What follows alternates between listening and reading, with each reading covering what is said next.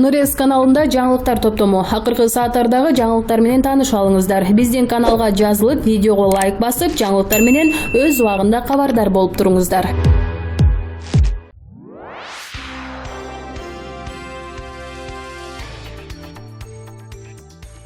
Жумгал районундагы Кара Кечи көмүр кенинде 30 жаштагы киши каза тапты. Бул тууралуу Нарын облустук ички иштер башкармалыгынан кабарлашты. Билдирмеге караганда 15 ноябрь күнү саат 17:00 Жумгал райондук ички иштер башкармалыгына Түгөл Сай айылынын тургуну кагышкан 2 КАМАЗдын ортосуна кыпчылып калган тууралуу маалымат түшкөн. Бейтап ооруканага жеткирилип бараткан жолдо көз жумган 30 жаштагы киши 2 КАМАЗга жол көрсөтөм деп ортосунан чуркап өтүүгө аракет жасаган. Бирок жүк ташуучу унаалардын бири экинчисин сүзүп кеткенде киши анын ортосунда калган. Айдоочу аны чаңдан көрбөй калган дешти милициядан. 2 КАМАЗ тең айып коргоого токтотулуп, териштирүү иштери жүрүп жатат.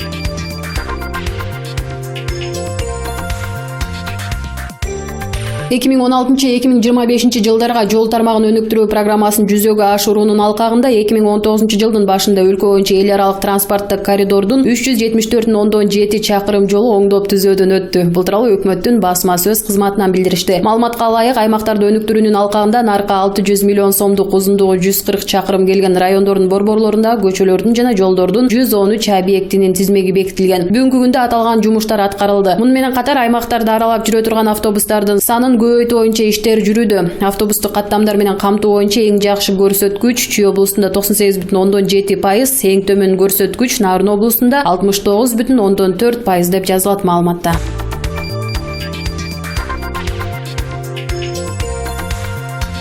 Балага жаштайынан шык берип, болочокто кесибин туура тандоого түрткү берүү ата-эненин милдети. Болор бала башынан дегенде мектеп курагынан эле келечекте ким болоорун билип, азыртадан кесибинин үстүндө иштеген меймандар бизде конокто. Анда эмесе алар менен тааныштырабыз деп жазып чыкты Леди Кейжигести. Элнар ырдап тапкан каражатка өзүмө даралам. Элнар суунун боюнда ыры менен интернет колдонуучуларында тез арада таанылып кеттиң. Канча убакыттан бери тойлордо ырдап келесиң? 3 жыл мурун балыкчыдагы Самат деген байкенин тоюнда биринчи жолу Ак кеме аттуу чыгарманы ырдагам. Ошондон кийин мага ырдаган жагып, чыгармачылыкты улантайын деп чечтим. Тойго чакыргандар да боло баштады. Ак кеме чыгармасы мага көп жерден ийгилик алып келген ак жолтой ыр болуп берди. Ырчылык талант мага тайларым тарабынан берилген экен. Азыр балыкчыдагы орто мектепте 8 класста окуп жатам. 9 класста аяктаганда Бишкектеги музыкалык мектепке тапшырайын деп жатам. 8 класста окуйсуңбу? Мен сени кичинекей бала деп ойлогом. Ооба, мен 15 жашка чыксам да кичинекей көрүнөм. Муундардын өспөй калышы деген диагнозум бар. Курсактагы кезимде эле өспөй калыптырмын. Оорума байланыштуу 10-15 миң сомдук дарыны ай сайын Орусиядан алдырып турабыз. Себеби бизде жок. Бул дарыны алганга чейин 104 см болчумун. 2 жылдан бери ичип жүрүп 115 болуп өстүм. Тойлордо ырдап тапкан каражатты да ушул дарыга жумшайм. Дүйнөдөгү мыкты футболист Месси меникинде оору менен ооруч экен. Футбол ойнобо дегенге карабай, үйүнүн жанындагы футбол таласына чыгып тырышып ойноп жүрүп азыркы деңгээлге жеткен. Экөөбүздүн тагдырыбыз окшош. Мен да футбол менен машыгам. Мессинин электрондук дарегин таппай жатам. Тапсам эле жардам сурап кайрылайын дегем. Бир күндө канча тойго чыгасың? Мен балыкчы ичинде бир күндө 4 тойго барган күндөрүм болот. Ал жерде 3 миң сомго чейин ырдасам, андан ары чолпон ата боз териге $100 чейин ставкам бар. Андан сырткары жакшы ырдайт экенсиң, өнөрүң өркүндөй берсин деп акча кыстарып кеткендер болот. Азыркы учурда Нарын, Чүй, Ысык-Көл өрөөндөрүнүн тегерегинде ырдап жүрөм. Күнүгө тойдо жүрсөң, мектептеги окууң эмне болуп жатат? Чын айтканда чыгармачылык аралаш электе жалаң 5 деген баага окучумун. Азыр кичине начарлап баратам. Башкысы Мураталы Гүреңкеев атындагы мектепте өтүлчү сабактарды жакшы окуйм. Башка сабактарды кааласам окуйм, болбосо көңүл кошмун, тырышып окубайм. Мектептеги мугалимдерим экөөнү тең бирдей алып кетүүмдү айтышат. Бирок мен жетишпей калам. Ошентсем да урушпайт мугалимдерим, класстын сыймыгысың дешсе, классташтарым жылдыз деп мага дем берип турушат. Азыр мени көчөдөн таанышып, интернетте ырдаган бала деп айтышат.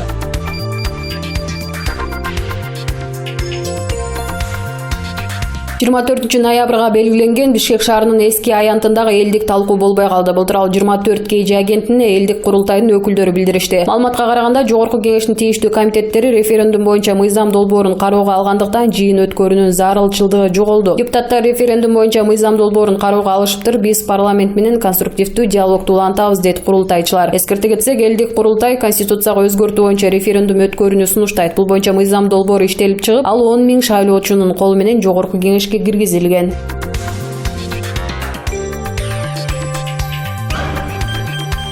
Кыргыз Республикасынын биринчи вице-премьер-министри Кубатбек Боронов Лондон шаарында өткөн Борбор Азия өлкөлөрү үчүн экологиялык реабилитациялоо эсебинин донорлор ассамблеясынын 4-жыйынына катышты. Борбор Азиядагы уран калдыктарын сактоочу жайларды реабилитациялоо маселелери Кыргыз Республикасынын өкмөтүнүн ишиндеги маанилүү багыт болуп саналат. Европа реконструкциялоо жана өнүктүрүү банкына донорлор ассамблеясынын жыйынында кабыл алынган Минкуш жана Шекафтар айылдарындагы мурдагы уран өндүрүшүндө рекультивациялоо боюнча 2 долбоорду гранттык негизде каржылоого жалпы суммасы 5,7 миллион евро өлчөмүндө каражат бөлүү чечими үчүн ыраазычылык билдиргим келет. Рекультивациялык иштер 2020 жылдын 1-кварталында башталат. Ошондой эле келерки жылдын 2-кварталында Майлуу суу шаарында калдык сактоочу жайда рекультивациялык чараларды баштоо пландалууда деп белгиледи ал. Биринчи вице-премьер-министр баса көрсөткөндөй, радиоактивдүү булгануулар курчап турган чөйрөгө жана туруктуу өнүгүүгө олуттуу таасир берет. Аймактагы радиациялык жана экологиялык коопсуздук көйгөйлөрүн Кыргыз Республикасынын аймагында уран калдыктарын сактоочу жайлар маселесин чечүү биз үчүн артыкчылыктуу мааниге ээ. Эл аралык өнөктөштөрдүн колдоосу менен радио экологиялык коопсуздук маселелерин чечүү боюнча тийиштүү иштер жүрүп жатат деп белгиледи Кубатбек Боронов. Лондондогу жолугушууда эл аралык финансылык донорлор, Европа комиссиясы жана Европа реконструкциялоо жана өнүктүрүү банкы радиациялык коопсуздук маселелерин чечүүдөгү эл аралык өнөктөштөр жана уюмдар менен кызматташууну координациялоодогу Кыргыз Республикасынын алдыңкы ролун жана радиоактивдик булгануунун тобокелдиктерин жана кесепеттерин кыйла кыскартууга жетишилгенин белгилешти. 2015 жылдын майында Европа биримдигинен жана Европа реконструкциялоо жана өнүктүрүү банкынын демилгеси менен Европа реконструкциялоо жана өнүктүрүү банкынын Борбор Азиядагы курчап турган чөйрөнү калыбына келтирүү фонду түзүлгөн. Фонддун каражаттарына Борбор Азия аймагында 3 республиканын 7 радиоактивдүү калдыктарды сактоочу жайын рекультивациялоо боюнча чаралар ишке ашырылат. Алардын 3-өө Кыргыз Республикасынын аймагында жайгашкан.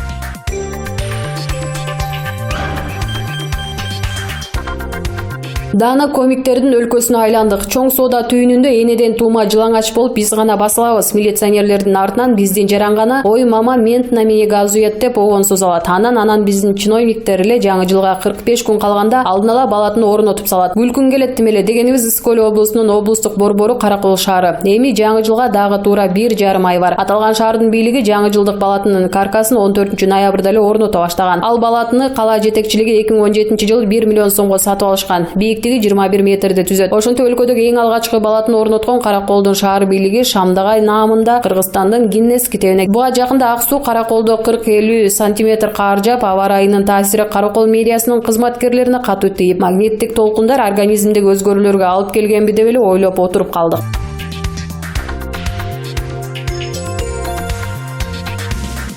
Мамлекеттик кызматтын 2-класстагы мамлекеттик кеңешчиси, Кыргыз Республикасынын эмгек сиңирген экономисти, юридика илимдеринин кандидаты, айыл чарбасынын отличниги, жогорку кеңештин мурдагы вице-спикери Кубанычбек Исабеков Түркияда өлтүрүлгөн Айеркен Саймаити тууралуу өз оюн айтты. Азыркы маалда эл аралык чыр-чатакка айланган Айеркен Саймаитинин өлүмү тууралуу оюм менен бөлүшкүм келди. Ички иштер министрлигинин маалыматы боюнча Кытайдын жараны 3 миллиондон ашык долларга алданып калган үчүн Кыргызстандын ички иштер министрлиги иш козгоптур. Ошондой эле буга чейин Кыргызстандан Саймаити, анын аялы жана Саймаити көзөмөлдөгөн Абдрас фирмасы аркылуу 700 миллион доллардын тегерегинде каражат бир нече жыл бою күмөндүү жолдор менен Кыргызстандан чыгарылып кеткен айтылып келген. Мамлекеттик каттоо кызматы анын кыргыз жараны экенин танып жатса, ички иштер министрлиги болсо Саймаитини Сузак районунан мыйзамсыз паспорт алыптыр деген аныктама берди. Тышкы иштер министрлиги бул маалыматты таанбай эле чындыкты айтышса болмок, себеби бийликке ишеним кетип жатат. Биздин ички иштер министрлиги 2017 жылдан бери Интерполго чейин берип Саймаитини издетип жатса, өзүбүздүн өкмөтүбүздүн тышкы иштер министрлигинин генералдык консулу ага өзүнүн машинесин берип ташып жүргөнүн кандай түшүнсө болот? Бул кандай өкмөт болуп калат бизде? Бүткүл дүйнө жүзүнө уят болуп жатабыз да, кылмышкер деп Интерполдо изделип жүргөн киши Кыргызстандын башкы консулунун машинасы менен жүрүп жатса. Жана ошондой эле Кыргызстандын жарандары Түркиядан адамды өлтүрүп кетти деген сөз эч кандай мамлекетибизге аброй алып келген жок. Бул ишти тыкан иликтеп туруп, күнөөлүүлөрдү жоопко тартса жакшы болор эле деп эсептейм, дейт Кубанычбек Исабеков. Эске салсак, 11 ноябрь күнү кытайлык ишкер Айеркен Саймаит аттуу жаран Түркияда киши колдуу болуп каза тапкан. Ал 2016 жылдан тарта алдамчылык жана ири кылмыштар боюнча айыпталып эл аралык издөөдө жүргөн эле. Кыргызстанда талкуу жараткан Айеркен Саймаитиге кол салуу боюнча учурда ал Кыргызстандын Түркиянын Стамбул башкы консулунун дипломатиялык номери тагылган Range Rover үлгүсүндөгү унаа менен жүргөнү аныкталган.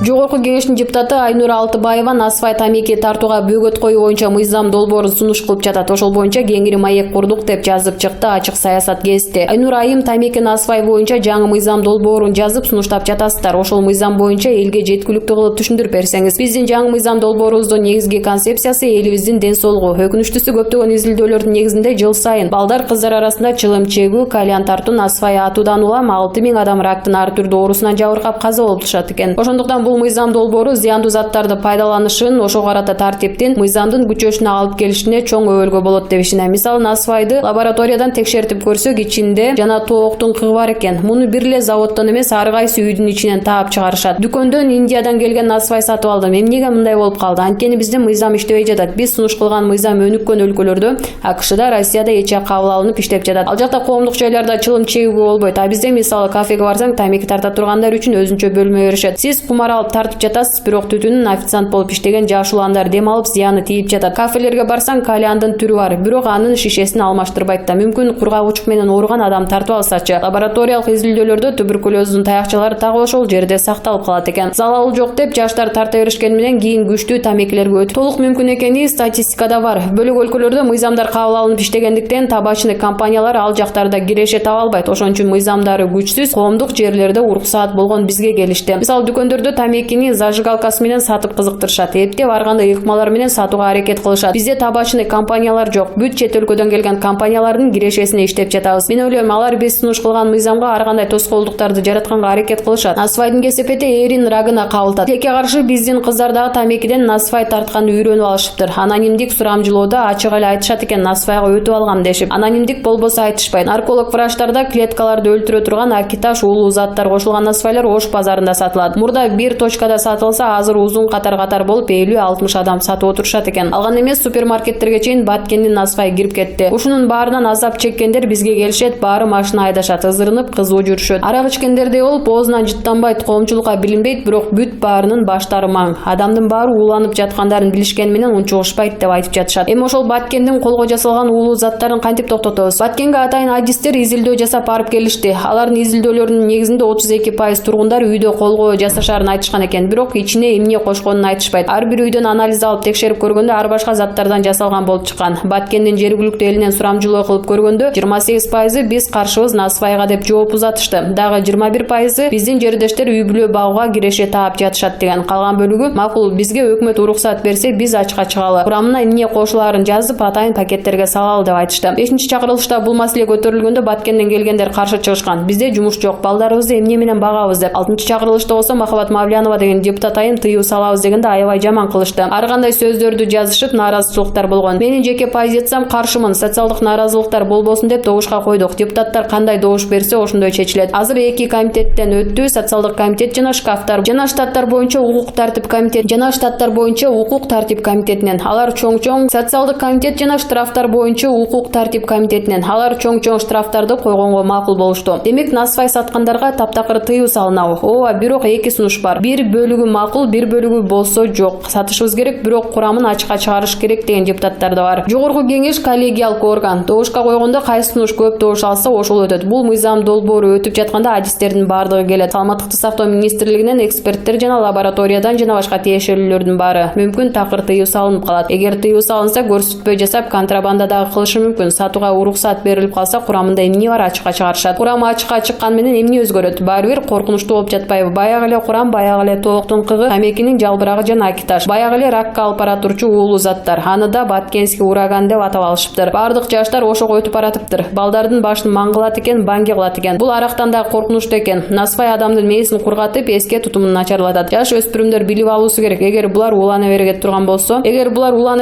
болсо, келечек эмне болот?